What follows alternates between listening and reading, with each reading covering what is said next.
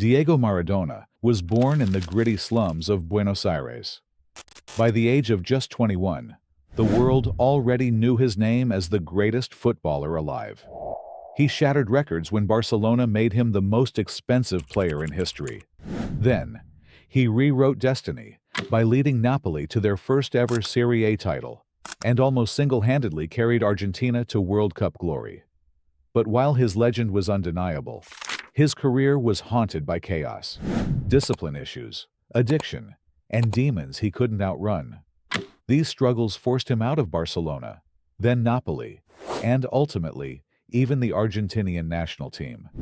So, how did it all unfold? How did Diego Maradona rise to become the greatest and also the most polarizing figure football has ever seen? This is the beautiful tragedy of Diego Maradona. On October 30th, 1960, Diego Armando Maradona was born, stepping into a world already stacked against him. He grew up in Villa Fiorito, a rough, impoverished neighborhood on the outskirts of Buenos Aires. Diego was the fifth child in the Maradona family, with 4 older sisters, followed by 2 younger brothers. To make things even tougher, all 7 children depended on a single income, their fathers, who worked in a chemical factory, while their mother raised them. Money was rare. But then, at just 3 years old, something happened that changed his life forever. He was given his very first football. And that was the moment it all began. Diego fell head over heels for the game. He started playing for his local neighborhood team, and by the age of 8, he tried out for Argentinos juniors. He was so good, the coaches thought he was lying about his age. They made him bring his passport to prove he was only 8. From that moment, they knew they had something special. They committed themselves to shaping him into the best player possible, because even then, you could see the magic in his feet. As Diego grew older, the spotlight began to find him. He became a local icon, leading his youth team to over 140 straight wins. At just 12, the senior team brought him on at halftime to show off his tricks, mesmerizing crowds with his dazzling skills. It was clear, this boy was on a one-way path to greatness, and was going to break free from the chains of poverty. At just 15, he became the youngest ever player in Argentina's top league, making his professional debut. Just 10 days before turning 16, Maradona stepped onto the field for Argentinos juniors, wearing the number 16 shirt. Minutes after coming on, he nutmegged his marker Juan Domingo Cabrera, a flash of brilliance that symbolized what was to come. After the match, Maradona said it felt like he had the sky in his hands, and he only kept soaring. His influence on the team grew quickly, and soon he was dubbed El Pibe Dorado, or the Golden Boy. Less than a year after his debut, he earned a call-up to the national team, making his debut at just 16. To put it in perspective, even Lionel Messi debuted for Argentina at 18. But despite Diego's rising stardom, he was left out of the 1978 World Cup squad, which Argentina went on to win. That snub filled him with rage and disappointment, but he turned it into fuel. Over the next few years, Maradona built a legacy at Argentinos juniors, playing 167 games and scoring 115 goals. But despite his brilliance, he couldn't win a single trophy with the club. That was about to change, because Argentina's biggest clubs were lining up for the signature of the 20-year-old phenom.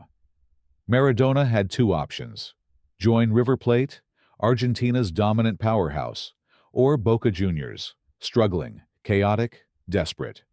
But as you'll see time and time again, Diego always chose the harder road and signed a $4 million deal with the club of his childhood dreams, Boca Juniors. He made an instant impact, scoring twice on his debut, and rode that momentum all season long. He netted 28 goals in just 40 matches, leading Boca to a stunning league title, and finally conquering Argentinian football. But Diego was just getting started, because a World Cup loomed that summer, and this time he made the squad. More than that, He was seen as the one man who could drag Argentina to glory. He had become a global superstar, but this tournament would take a dark turn, ending in heartbreak and a brutal red card. Maradona's story is a roller coaster like no other, and it's only just beginning. But before we dive deeper, I've got a quick deal to make. I'm aiming for 100,000 subscribers this year. So if you believe Maradona is one of the game's greatest, hit subscribe. If you're not convinced, stick around until the end. I promise I'll change your mind. Sound good? Great. Now let's talk about Maradona's first World Cup, one that would leave scars. The 1982 World Cup took place in Spain, fueling rumors of a potential move to Barcelona. But for now, it was just speculation. Maradona played every match, and one thing stood out. Teams were hunting him down. He was fouled relentlessly, kicked and hacked to contain his brilliance, and the frustration built. Argentina lost their opening match to Belgium, but bounced back against Hungary, where Maradona bagged a brace. They then beat El Salvador to advance, but a loss to Italy left everything riding on a showdown with Brazil. But this Brazil team, a juggernaut, led by Zico and dripping with talent, they overwhelmed Argentina. By the 75th minute, the score was 3-0. Diego had had enough. The fouls, the frustration, it boiled over. In the 86th minute, he lashed out at Batista. Straight red. His first World Cup ended in disgrace. But as the pain set in, another twist. Barcelona announced Maradona as their latest signing, for a world record £5 million fee. At just 21, he was ready to take over Spain. But fate had other plans. Early into his Barcelona career, he was sidelined by hepatitis, missing 3 crucial months. Yet Diego returned with fire and delivered one of the most unforgettable performances in Barcelona history. In El Clásico, Spain's fiercest rivalry, Maradona dazzled with such brilliance that even Real Madrid fans stood and applauded. It was a moment so rare, it's only been repeated once, when Ronaldinho did the same. Maradona finished the season strong, lifting the Copa del Rey with 23 goals in 35 games. He was ready for year 2. But that's when the villain appeared. Enter Andoni Goicoechea, the butcher of Bilbao. In an early season clash, he lunged into Maradona with a reckless, career-threatening tackle. He shattered Diego's ankle and showed no remorse. In fact, he kept the boot on display in his home as a sick trophy. Diego spent months in recovery, fighting to walk again, let alone play. But he returned, determined to reclaim his form. He played just 23 matches, but still scored 15 goals. It all came down to one final showdown. Maradona versus the Butcher. The Copa del Rey final. Barcelona versus Athletic Bilbao. It was war. Diego was fouled viciously, racially abused with jabs about his father, and then, after a crushing 1-0 defeat, provoked again by Miguel Sola. Maradona snapped. He headbutted Sola, elbowed another player in the face, then kneed a third in the head, knocking him out cold. The chaos exploded into a full-blown brawl. In front of 100,000 fans, the Spanish king, and half the country watching at home, 60 people were injured, including players, coaches, fans, and media. This wasn't his only controversy in Spain, but it was the breaking point. Barcelona had seen enough. Despite the madness, Diego left behind flashes of brilliance and a legacy of chaos and magic. But this was nothing compared to what he was about to create, because he was now entering the prime of his career and the heart of his most infamous moments. On July 5, 1984, Maradona made history again. He transferred to Napoli for a world record £6.9 million. A move few understood, because Napoli were no European giant. But Diego Maradona was about to change all of that. Napoli had only ever lifted 2 Coppa Italia trophies in their entire existence, and had never come close to a league championship. The previous season, They barely avoided relegation, finishing just 1 point above the drop zone. Back then, Serie A was known as the hardest league in the world, dominated by powerful northern clubs. And the North versus South rivalry in Italy was deeply rooted. The wealthier northern and central cities looked down on the poorer southern ones. So, why did Maradona pick Napoli? He saw a city and a club that had lived through the same battles he faced in his youth. It was chaotic, passionate, and real. Naples was plagued by poverty, joblessness, and the grip of organized crime, a life Diego deeply understood. On arrival, he declared, "I want to be the idol of Naples' poor children, because I was just like them, growing up in Buenos Aires." The love between Diego and Naples was immediate and mutual, made even clearer during the deal for his transfer. Napoli and Barcelona had agreed on the price. But at the last second, the Barca president demanded £500,000 more. Napoli couldn't afford it outright, so locals walked the streets collecting donations. This struggling community somehow raised the extra funds to seal the transfer. When Maradona landed, 75,000 fans filled the stadium believing their savior had come. A Naples newspaper wrote, "We lack a mayor, homes, schools, transport, jobs, and clean streets. But none of that matters because we have Diego Maradona." It was destiny written in the stars. But now Diego had to prove he could live up to the love. And he absolutely did. In his debut season, he lifted Napoli from near relegation to a strong 8th-place finish, scoring 14 times in all competitions. The next year, he went even further, guiding Napoli to 3rd in Serie A. Hope was rising, and Diego lit up the city with skill and magic that had never graced Naples before. No one dribbled like him. No one bent free kicks like him, and no one could stop him, especially with the 1986 World Cup on the horizon. That tournament became legendary because Maradona delivered a performance that was both historic and polarizing. Hosted in Mexico, he stood out as the most electrifying and influential player. In the opener versus South Korea, Argentina won 3-1 with Maradona assisting all 3 goals. Against Italy, a 1-1 draw, he scored Argentina's only goal. Then came a 2-0 win over Bulgaria, where he assisted again.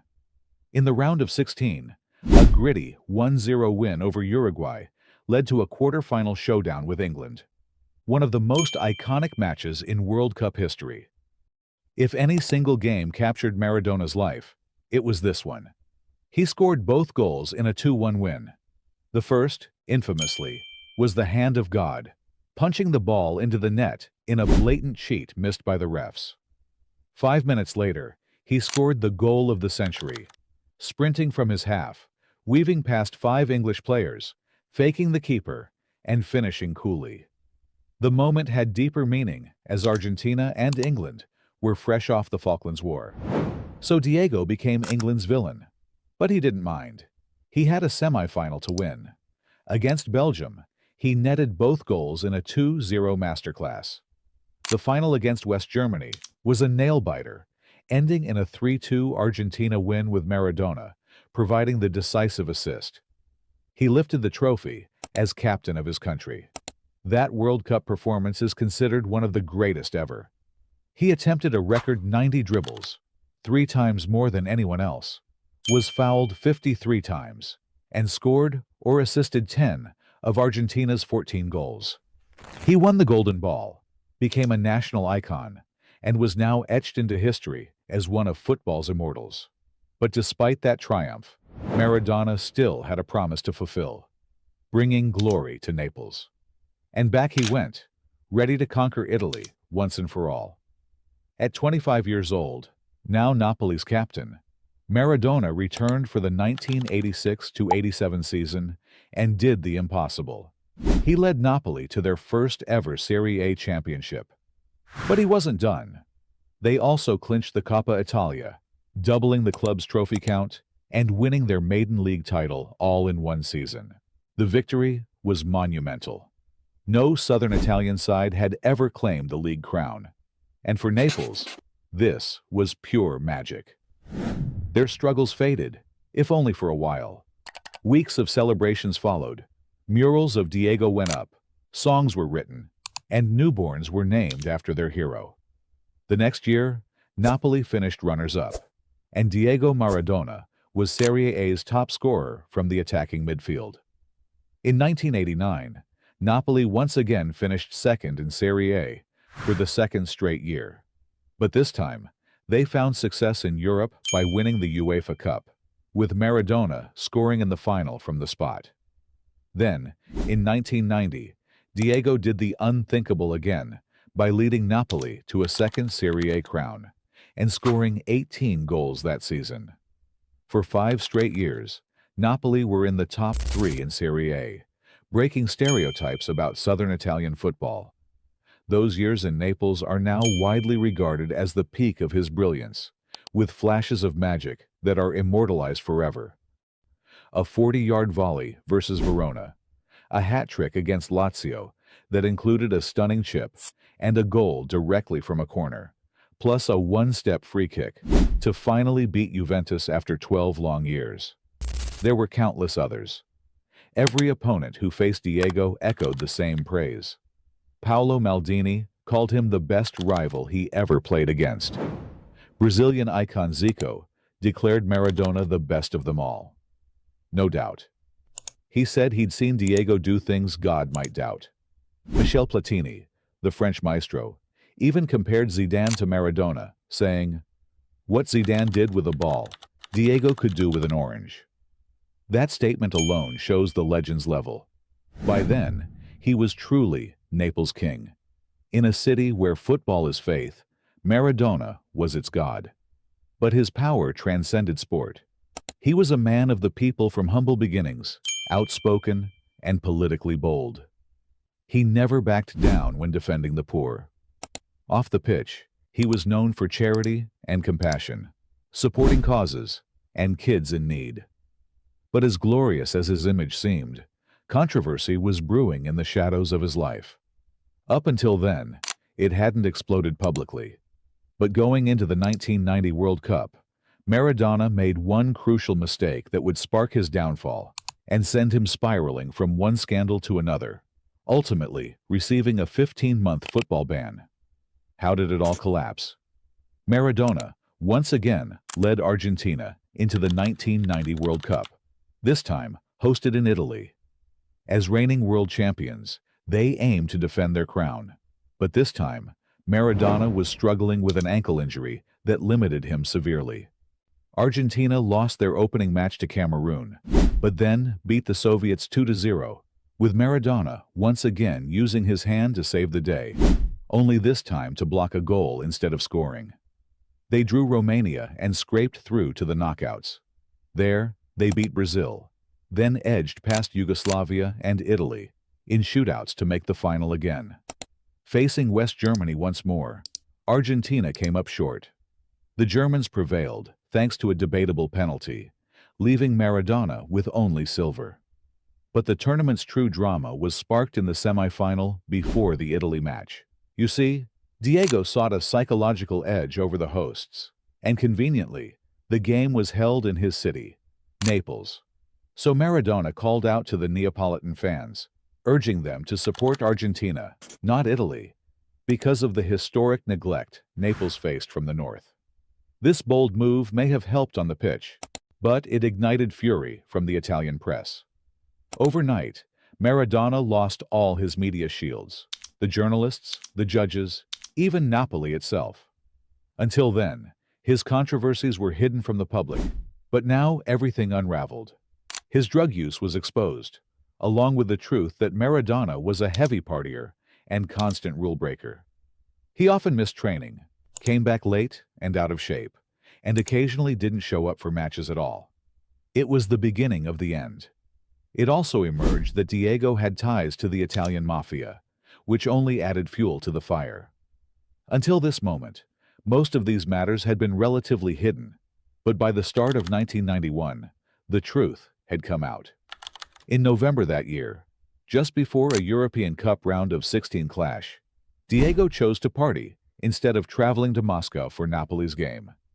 He chartered a private plane and flew out late, arriving just hours before kickoff. This time, Maradona faced consequences for his reckless decisions and started the match on the bench. He came on in the second half, but couldn't change Napoli's fate, as they were knocked out on penalties. Later that season, Maradona underwent a drug test, and the results were damning, leading to a 15-month suspension. Once the news broke, he knew his Napoli days were done. No longer shielded by the club or the media, Diego left Italy for Argentina, closing the curtain on a golden era. But for Diego, the drama was far from over. After serving his suspension, in September 1992, Maradona staged a comeback by signing with Spanish side Sevilla. But this was no longer the same Diego. Now 31 years old, years of excess had caught up with him. He played 30 games that season and scored only 7 goals before heading back to Argentina to join Newell's Old Boys. It was now 1994, and Diego got the call for what would be his last tournament with Argentina, as the World Cup was hosted in the United States. He netted a goal in the opening win against Greece, and got an assist in the next match as Argentina beat Nigeria 2-1. But soon after that game, he was summoned for a drug test, and unsurprisingly, he failed. He was sent home in disgrace and banned once more. That match would be his last in the Argentina shirt, ending an international career with 34 goals, 91 caps, and 1 World Cup. Following the ban, he returned to club football with Boca Juniors for a 2-year run, making 32 appearances, but clearly struggling with both form and fitness. Weight issues plagued him, and on October 20th, 1997, the day finally came when Diego Maradona officially hung up his boots and retired from professional football. Since retirement, Maradona's life has seen many tributes. In 2000, Napoli honored him by retiring his iconic number 10 shirt. That same year, he was named FIFA's Player of the Century with 53% of the votes, compared to Pelé's 18%. In 2003, Argentinos Juniors renamed their stadium after him. In 2008, he took charge of Argentina's national team for 2 years, leading them to the 2010 World Cup quarterfinals. But then, on November 25, 2020, at the age of 60, Diego suffered cardiac arrest and passed away in his sleep in Buenos Aires. The world of football mourned as it lost a legend and arguably the greatest player ever. His legacy, unmatched. After his passing, Napoli made the tribute official by renaming their stadium Stadio Diego Armando Maradona. And no matter what happens, Diego Maradona will always be remembered, living on forever in the hearts of football fans. He is eternal.